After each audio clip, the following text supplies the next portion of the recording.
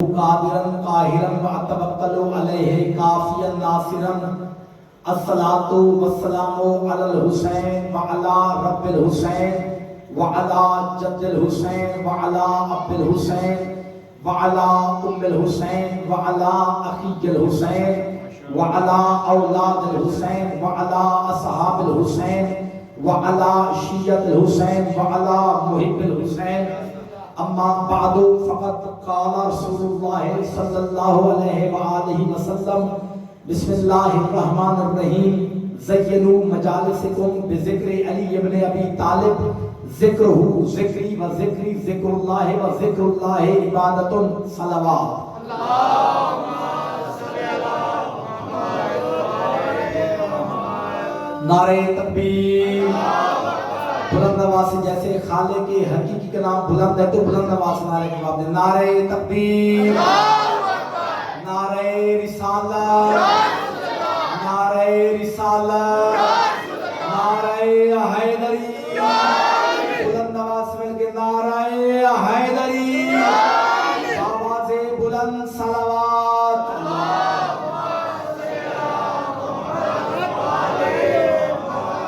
درود کا پڑھنا عظیم عبادت ہے، احسان سمجھ کے نہیں، ایمان سمجھ کے، واجب سمجھ کے نہیں، اوجب سمجھ کے، زحمت سمجھ کے نہیں، رحمت سمجھ کے بلند آواز سے آل محمد کی ذات پہ درود بھیجئے۔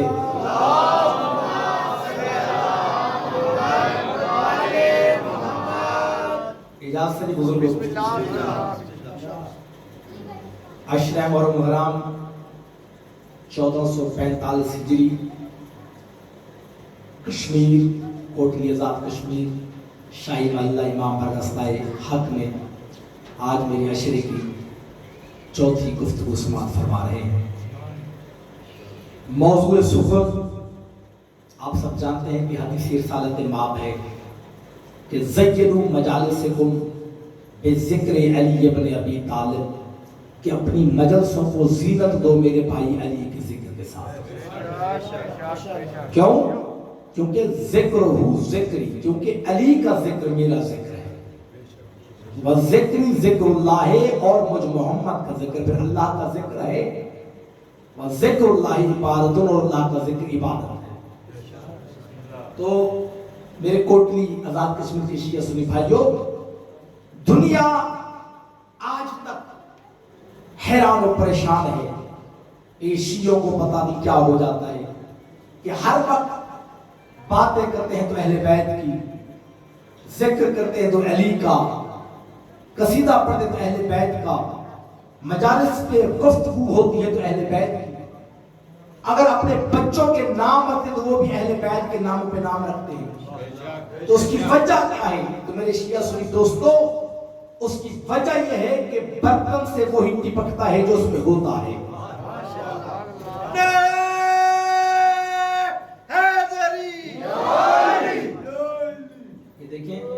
پریشان ہو کے سننا، تھوڑا تھوڑا آپ سب یہاں ہوں کرتے رہیے گا تاکہ مجھے تنہائی کا احساس نہ ہو، پھر میں پڑھ بھی سکوں گا، ٹھیک ہے؟ تو برتن سے جناب وہی ٹپکتا ہے جو اس میں ہوتا ہے۔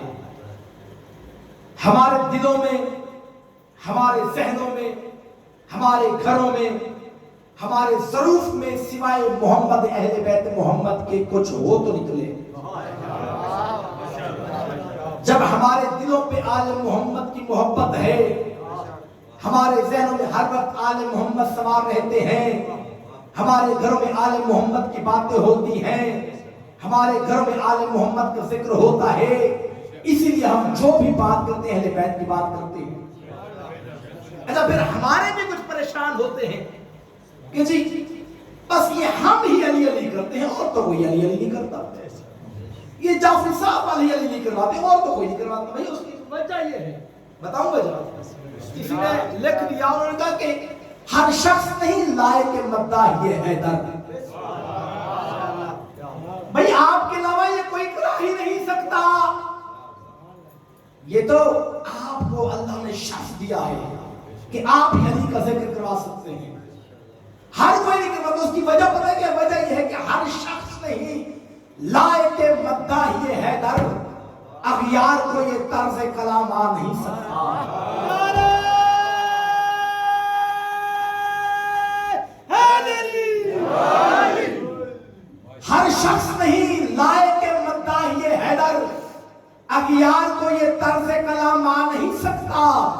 مر جائے گا منافق نہ پکارے گا علی کو، کیوں؟ ناپاک زبانوں پہ یہ نام نہیں سکتا۔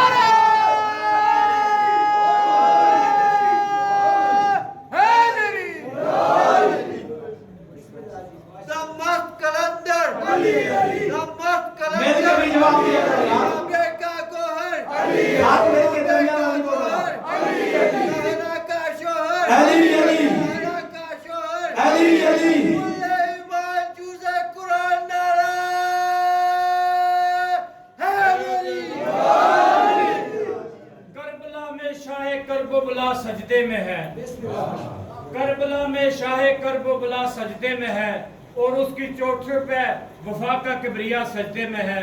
آج تک میں نے ایسی نہیں دیکھی نماز با جماعت، ایک نمازی پشت پہ دوسرا سجدے میں ہے، اور علی کو چھوڑ کو جو جھکتا ہے اللہ کے لیے، واللہ ایسا نمازی بے وجہ سجدے میں ہے۔ نعرہ حیدری! جعفری صاحب میں نوٹ کروں بزرگوں، آپ بھی بول رہے ہیں یہ بول رہے ہیں، لیکن یہ درمیان والے میں بالکل نہیں بول رہے ہیں۔ پتہ نہیں یہ کیوں علی کی صدا دل سے پتہ نہیں کیوں ڈرتے، حالانکہ انہیں پتہ ہونا چاہیے کہ نبی تھے علی کو ولی کہنے والے۔ علی علی کہنے سے نام پتہ کیا ملتے ہیں؟ نبی تھے علی کو ولی کہنے والے، ولی بن گئے یا علی کہنے والے۔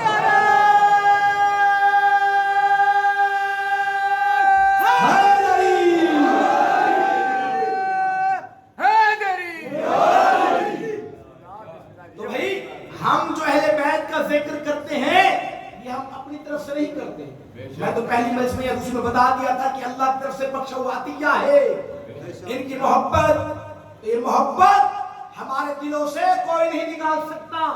بھائی میں تو 10 دن فضائل پڑھنے ہیں اسی گھرانے کے، اور قرآن سے پڑھنے ہیں، کیوں؟ کیونکہ یہ گھرانہ اہل بیت اور قرآن ایک دوسرے سے جدا نہیں ہے۔ کیونکہ جب شیعہ سنی کا نبی دنیا سے گیا تھا تو نبی نے فرمایا تھا کہ انی تارکن فیکم الثقلین، کتاب اللہ و عترتی اہل بیتی، کہ میں تم میں 2 برابر کی چیزیں چھوڑ کے جا رہا ہوں۔ یا رسول اللہ کون کون سی؟ فرمایا کتاب اللہ ہے، ایک اللہ کی کتاب، و عترتی اہل بیت، دوسری میری عترت میری اہل بیت۔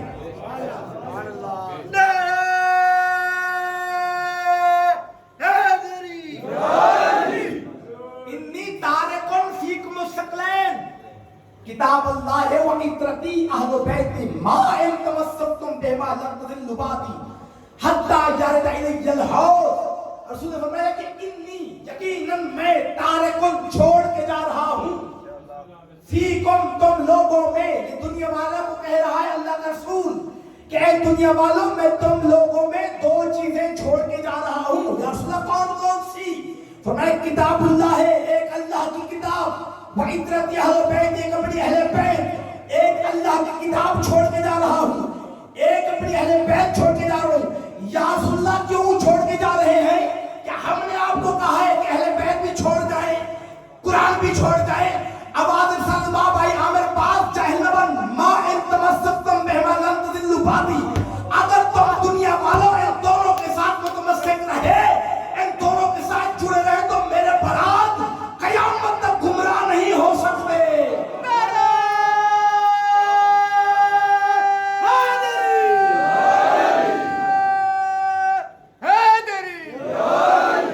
بھائی دیکھیں ہر چیز کا ایک مخالف ہوتا ہے۔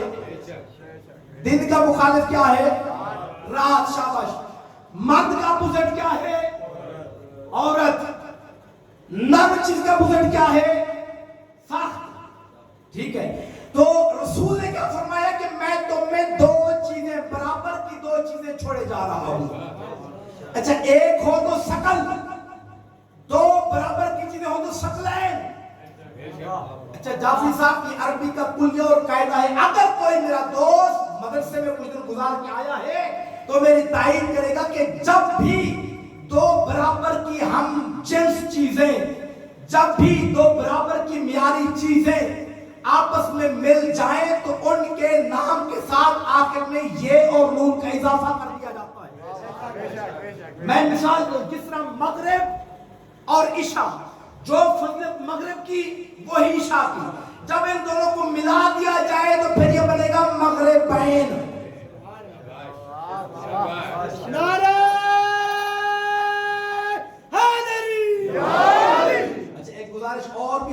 علاقہ میں کرنی ہے کہ مجھے سن کے سمجھ کے بولنا ہے میرے ساتھ. اگر آپ ایسے بولے تو میں پاگل ہو جاؤں گا. ہاں سن کے پھر سمجھ کے جملہ سمجھ آئے تو پھر آپ پہ چپ رہنا پھر حرام ہے. پھر نوکر کی حوصلہ افزائی ضرور کرنی ہے. میں نے کہا جب بھی دو برابر کی چیزیں مل جائیں تو یہ عربی کا کلیہ اور قاعدہ ہے کہ ان کے آخر میں یا اور نون کا اضافہ کر دیا جاتا ہے. اب دیکھیں مغرب اور عشاء فضیلت میں دونوں برابر, عزت میں دونوں برابر, منصب میں دونوں برابر. یہ بھی نماز وہ بھی نماز, یہ بھی افضل وہ بھی افضل, یہ بھی واجب وہ بھی واجب. اب جب یہ دونوں مل گئی تو پھر یہ بنے گا مغربین. اس طرح ظہر اور عصر دونوں برابر, تعداد میں برابر, فضیلت میں برابر, رقم میں برابر. جو فضیلت ظہر کی وہی عصر کی, جتنی رقم ظہر کی اتنی عصر کی. تو جو فضیلت ظہر کی وہی عصر کی, دونوں چونکہ برابر, جب ان دونوں کو ملا دیا جائے تو پھر بنے گا ظہرین.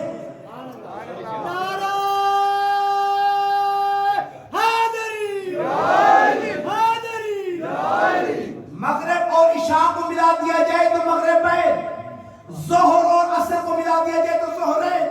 اس طرح سبت دو ہوں تو سبتین, امام حسن اور امام حسین کو ملا دیا جائے تو حسنین.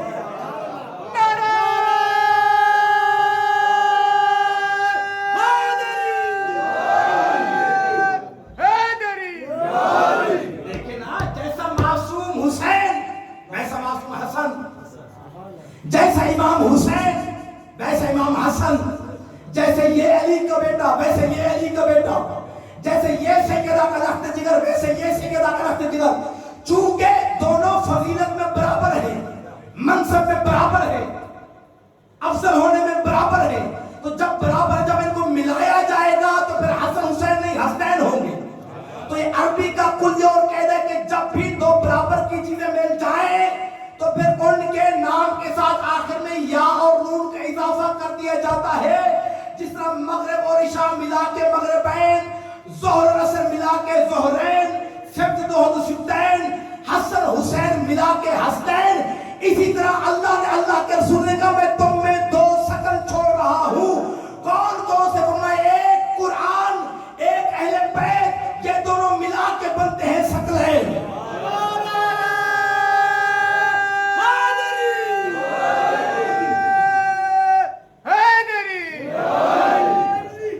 جعفری صاحب آپ سمجھ گئے ہوں گے, بزرگ سمجھ گئے ہوں گے, جوان سمجھ گئے ہوں گے, لیکن جو بچے بیٹھے ہوئے ہیں شاید وہ نہ سمجھو تو ان کی آسانی کے لیے آسان مثال دیتا ہوں. آپ کے یہاں پہ باہر جائیں نا گلی سے تو آگے بازار آتی ہے, سناروں کی بازار ہے, جودری والوں کی.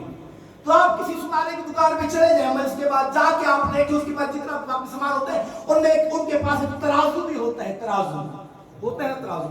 اب ترازو کی حالت کیا ہے؟ اس ترازو کے دو ہوتے ہیں پلڑے, ڈنڈی کے ساتھ وہ ملے ہوتے, کسی تین لڑیاں ہوتی ہیں وہ ڈنڈے کے ساتھ ملی ہوئی. اس ڈنڈے کے درمیان میں ایک سوئی ہوتی ہے, سوئی جو بالکل سامنے نقطے کے برابر ہوتی ہے, بالکل نقطے کے برابر, ناظر ادھر ناظر ادھر, بالکل درمیان میں, اور دونوں پلڑے بالکل برابر ہو جاتے ہیں. اسے کہتے ہیں شکلین.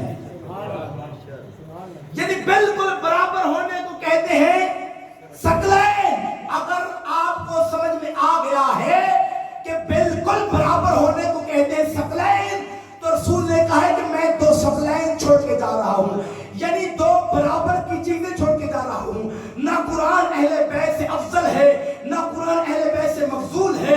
جتنا افضل قرآن ہے اتنا افضل اہل بیت ہے. اب اگر یہ آپ کو بات سمجھ آ گئی تو میں آپ سے پوچھنا چاہوں گا کہ مجھے بتائیے کہ قرآن کتنا افضل ہے. تو یقیناً آپ کا جواب یہ ہوگا مولانا صاحب قرآن اتنا افضل ہے جتنا اہل بیت افضل ہے.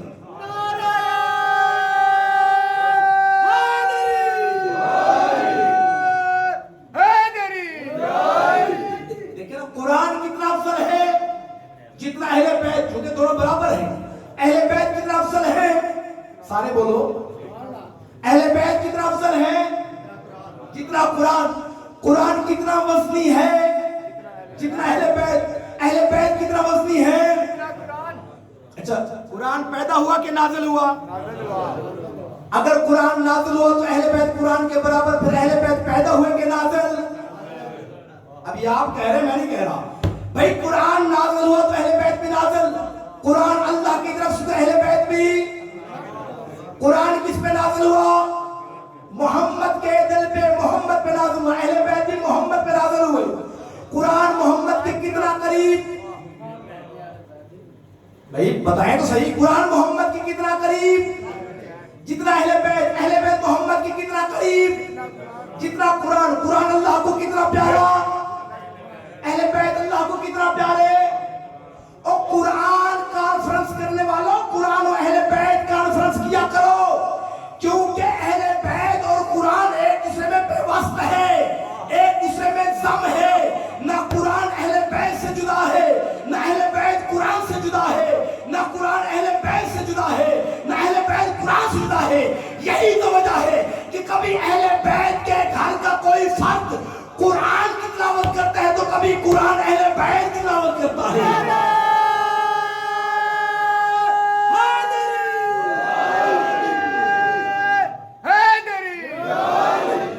اور اسی اہل بیت کے فرد کے لیے بھی رسول نے فرمایا، سماعت میں بلند آواز سے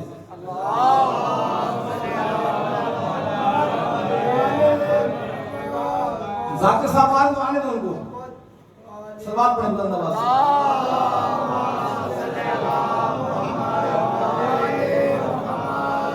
وہ پتہ ہے وجہ کیا ہے؟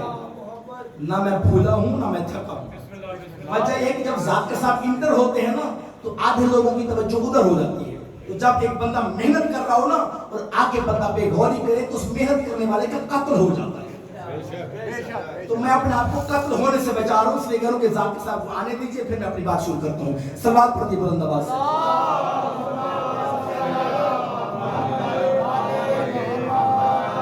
تو اہل بیت کے اسی اہل بیت کے گھرانے میں سے ایک فرد کے بارے میں اس نے فرمایا تھا کیا کہ القرآن مع علی و علی مع القرآن، کہ قرآن علی کے ساتھ، علی قرآن کے ساتھ، قرآن علی کے ساتھ، علی قرآن کے ساتھ۔ بھائی دیکھیں علی کے بارے میں فرما دیا، قرآن نے علی کے ساتھ دیا، علی نے قرآن کے ساتھ دیا۔ بھائی اہل بیت کی فرد میں حسن بھی تو ہے، حسین بھی تو ہے، کیا انہوں نے قرآن کا ساتھ دیا؟ آئیے بھائی میں آپ کو دکھاتا ہوں کیوں نہیں دیا قرآن کا ساتھ۔ بھائی اہل بیت نے قرآن کا ساتھ دیا، قرآن نے اہل بیت کا ساتھ دیا، سیدہ نے قرآن کا ساتھ دیا، قرآن نے سیدہ کا ساتھ دیا، حسن نے قرآن کا ساتھ دیا، قرآن نے حسن کا ساتھ دیا، حسین نے قرآن کا ساتھ دیا، حسین نے قرآن کا ساتھ دیا، قرآن نے حسین کا ساتھ دیا۔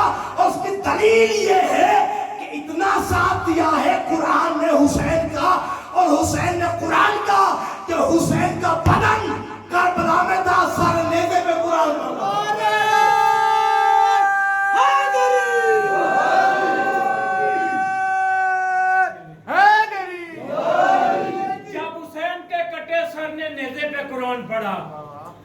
جب حسین کے کٹے سر نے نیزے پہ قرآن پڑھا، یزید سوچ میں گم تھا پھر کٹا کیا ہے۔ کربل کی داستان کا بس خلاصہ یہی ہے، سر تو کٹا حسین کا مگر مرا یزید ہے۔ نعرہ حیدری۔ پھر جعفری صاحب یہی سے عقدہ کھلتا ہے ان کی فضیلت کا کہ جو بغیر کھڑ کے قرآن پڑھ سکتے ہوں پھر وہ موت و حیات کے محتاج نہیں ہوا کرتے۔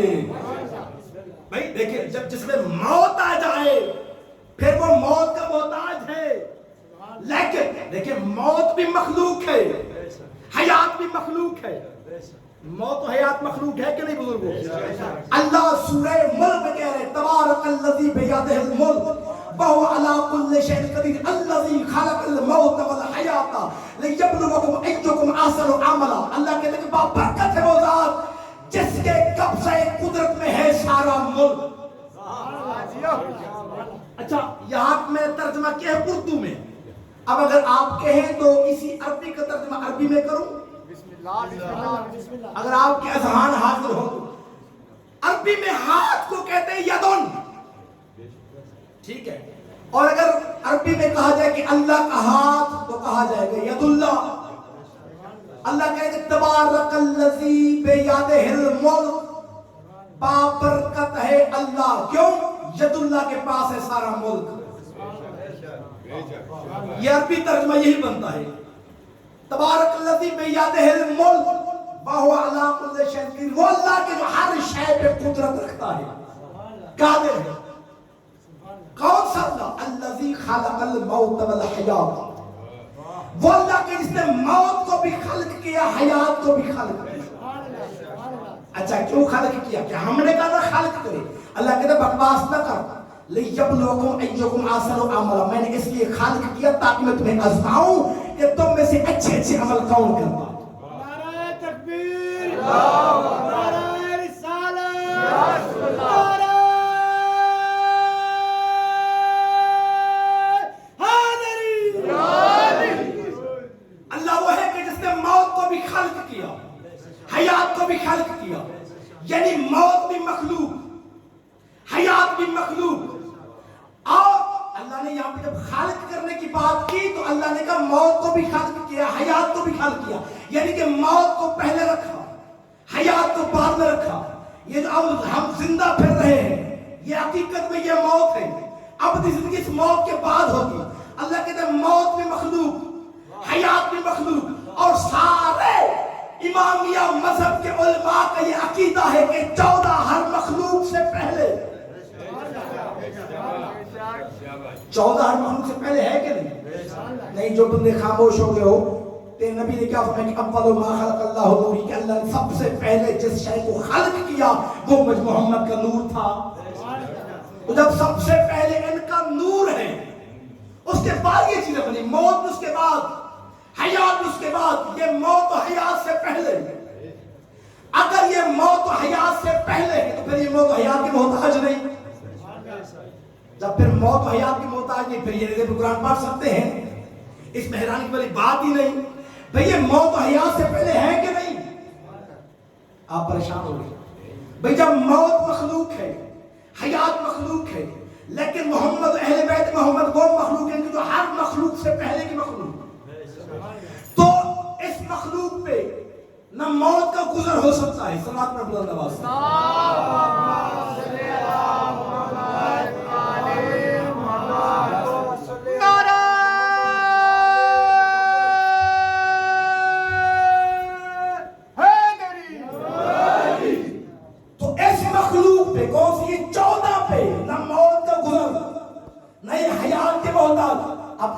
سوال ہو سکتا ہے جناب اگر یہ موت و حیات کے محتاج نہیں تو پھر یہ مرتے کیوں ہیں؟ اگر یہ حیات کے محتاج نہیں تو پھر یہ زندہ کیوں ہیں؟ بھائی جعفری صاحب آپ زندہ ہیں تو زندگی کی وجہ سے زندہ ہیں، میں زندہ ہوں تو حیات کی وجہ سے زندہ ہوں، مجھے حیات نے زندہ کیا ہوا ہے، لیکن یہ مخلوق موت و حیات سے پہلے ہے اور یہ موت و حیات کی محتاج نہیں۔ اگر یہ حیات کی محتاج نہیں تو پھر یہ حیاتی والے کیسے؟ اگر یہ زندگی کے محتاج نہیں تو پھر یہ زندہ کیسے؟ سوال بنتا ہے نا، آپ دوست کے جواب دو، جواب قرآن سے دو۔ قرآن پڑھتے ہو، آیت الکرسی کی تو پڑھتے ہوگے، آیت الکرسی پڑھی ہے؟ اللہ کیا کہہ رہا ہے؟ بسم اللہ الرحمن الرحیم، اللہ لا الہ الا هو الحی القیوم، اللہ لا الہ الا هو الحی القیوم، اللہ وہ ہے کہ جس کے علاوہ کوئی معبود برحق نہیں اور وہ حی بھی ہے اور قیوم بھی ہے۔ تھوڑی میری مدد کرنا، تھوڑی سی مجھے بتاؤ یہ حی کا معنی کیا ہے؟ کوئی تو بتا دے بھائی۔ حی کا معنی ہے زندہ، حیات سے نکلا ہے، حیات اس سے نکلا ہے۔ اللہ لا الہ الا هو الحی القیوم، اللہ وہ ہے کہ جس کے علاوہ کوئی معبود برحق نہیں اور وہ اللہ زندہ بھی ہے اور ہمیشہ رہے گا، قیوم قائم بھی ہے، ہمیشہ رہے گا۔ حی کے معنی کیا ہے؟ زندہ۔ سارے بولو گے تو بات کروں گا بھائی، حی کے معنی کیا ہے؟ زندہ۔ سارے پچھلے بولو، حی کے معنی کیا ہے؟ زندہ۔ حی کے معنی کیا ہے؟ زندہ۔ بھائی ہم زندہ ہیں تو زندگی کی وجہ سے، ہم زندگی کے محتاج۔ اب حی کے معنی ہے زندہ، اللہ بھی زندہ ہے تو کہ اللہ زندگی کی وجہ سے زندہ ہے؟ بھائی تھوڑا تو میرے ساتھ بولے یار، کوئی مشکل تو کرنی میں نے۔ بھائی اللہ زندگی کی وجہ سے زندہ نہیں، خالق ہے زندگی کا، تو بس جیسے وہ زندہ ہے ویسے یہ زندہ ہے۔ نعرہ تکبیر، نعرہ رسالت، نعرہ حیدری۔ تو نہ یہ زندگی کی وجہ سے زندہ، نہ یہ موت کی وجہ سے مرتے ہیں، بلکہ جو موت کو مارتے ہیں یہ تو اس کے بھی حاکم ہیں۔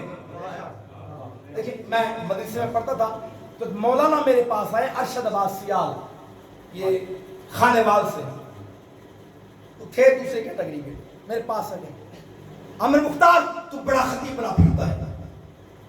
میں پریشان ہو گیا، میں نے کہا کیا ہو گیا جناب؟ مجھے یہ بتا آل محمد رزق دے سکتے ہیں کہ نہیں، زندگی دے سکتے ہیں کہ نہیں، موت دے سکتے ہیں کہ نہیں؟ میں نے کہا مولانا صاحب آپ آل محمد کی بات کر رہے ہیں، آل محمد کے نوکر یہ کام کرتے ہیں۔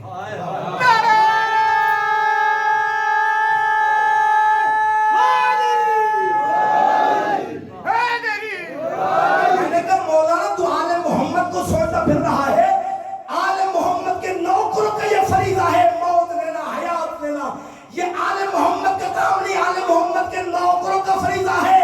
اس نے کہا دلیل، میں نے کہا دلیل یہ ہے اسرائیل مارتا ہے نا، ملک الموت ہے نا، اب مجھے بتاؤ یہ علی کا نوکر ہے یا سردار ہے؟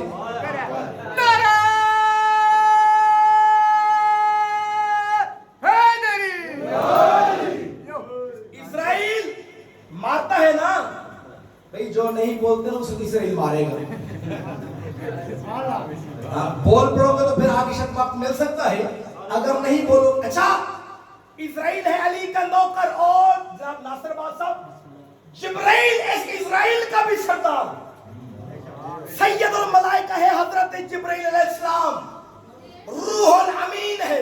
جناب جعفری صاحب بزرگوں، میں نے جبرائیل کے جیسے سردار ملائکہ کو علی کے نوکر سے نہیں نوکرانی سے جھڑکے کھاتے دیکھا ہے۔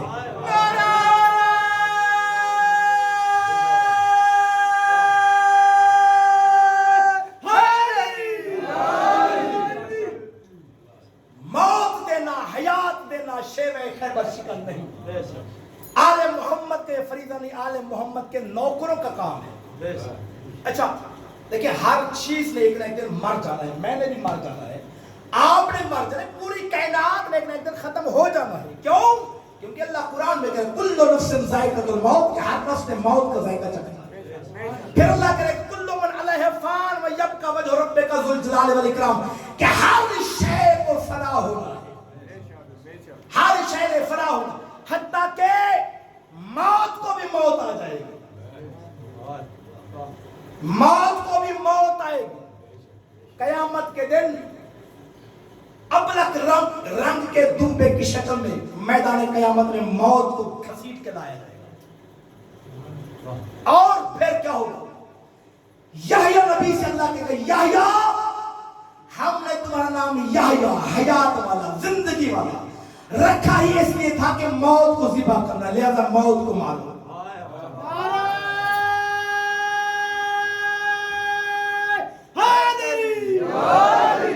اچھا ایک یہ بات میں نے پڑھی، علماء سنی، ایک مولا علی کا میں نے فرمان ایک پڑھا، مولوی فرماتے ہیں کہ انا ممیت الموت، کہ میں ہوں موت کو موت دینے والا۔ اب بندہ پریشان تو ہو جاتا ہے نا جب دو فرمان ایک ہی موضوع پہ مل جائے، کہ یحییٰ کے بارے میں بھی اللہ کہہ رہے ہیں کہ یحییٰ موت کو مارے گا، علی فرماتے ہیں کہ موت کو میں مارنے والا، پریشانی بنتی ہے نا۔ اب اس میں حقیقت کیا ہوگی کہ یحییٰ مارے گا یا علی مارے گا موت؟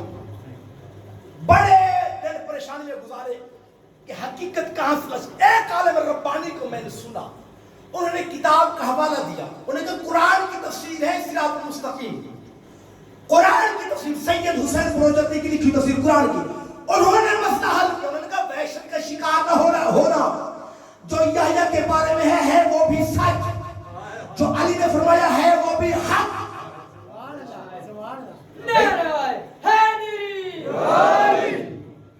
یحییٰ کے بارے میں کیا کہ یحییٰ موت کو مارے گا، علی نے فرمایا کہ میں موت کو موت ہوں گا، انہوں نے کہا وحشت کا شکار نہ ہونا، گھبرانا جانا، جو یحییٰ کے بارے میں ہے وہ بھی سچ، جو علی نے فرمایا ہے وہ بھی حق، بولے دیکھیں در حقیقت بات یہ ہے یذبحہ یحییٰ بامر امیر المومنین، یحییٰ موت کو ذبح کرے گا میرے مولا علی کے حکم سے۔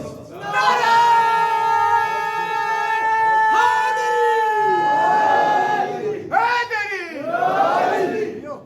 نہیں جناب ساگر صاحب بھائی جی آپ جو خاموش بیٹھے مجھے یہ بتائیے علی دے رہے ہیں حکم، کیا وہ حکم عامر عباس کو دے رہے ہیں، ناصر بھائی کو دے رہے ہیں، جعفری صاحب کو حکم دے رہے ہیں کہ موت مارو؟ کسے حکم دے رہے ہیں؟ یحییٰ کو۔ یحییٰ کون ہے؟ نبی نہیں۔ مجھے ابھی کوئی چیز چاہیے کمرے سے اپنے بیگ سے، میں نے دیکھا، میں نے کہا فضل بھاگ وہ چیز لے کے، ذریعہ شادی جائیے وہ چیز لے کے۔ میں یہ نہیں کہوں گا جب سب اٹھیے بھاگی وہ چیز لے کے، بزرگوں اٹھیے بھاگی وہ چیز۔ بھئی میں حکم انہی کو دے رہا ہوں جو میرے عزیز ہیں، جو میرے کارکن ہیں، جو میرے قریب ہیں۔ علی حکم دے کے بتا رہے ہو اندھیری گلی میں پیدا ہو کر اپنے شجر نسب کو دست انسانیت میں کم کرنے والے جاہلوں، جب یحییٰ نبی جیسے میرے آگے کام کرنے والے ہیں پھر میں کیا ہو سکتا ہوں؟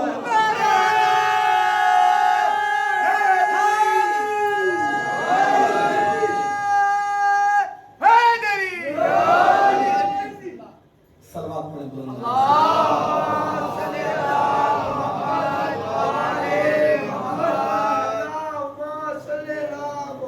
عزت جو بڑی تھی تو مصیبت بھی بڑی تھی، بس فضائل اتنا کافی۔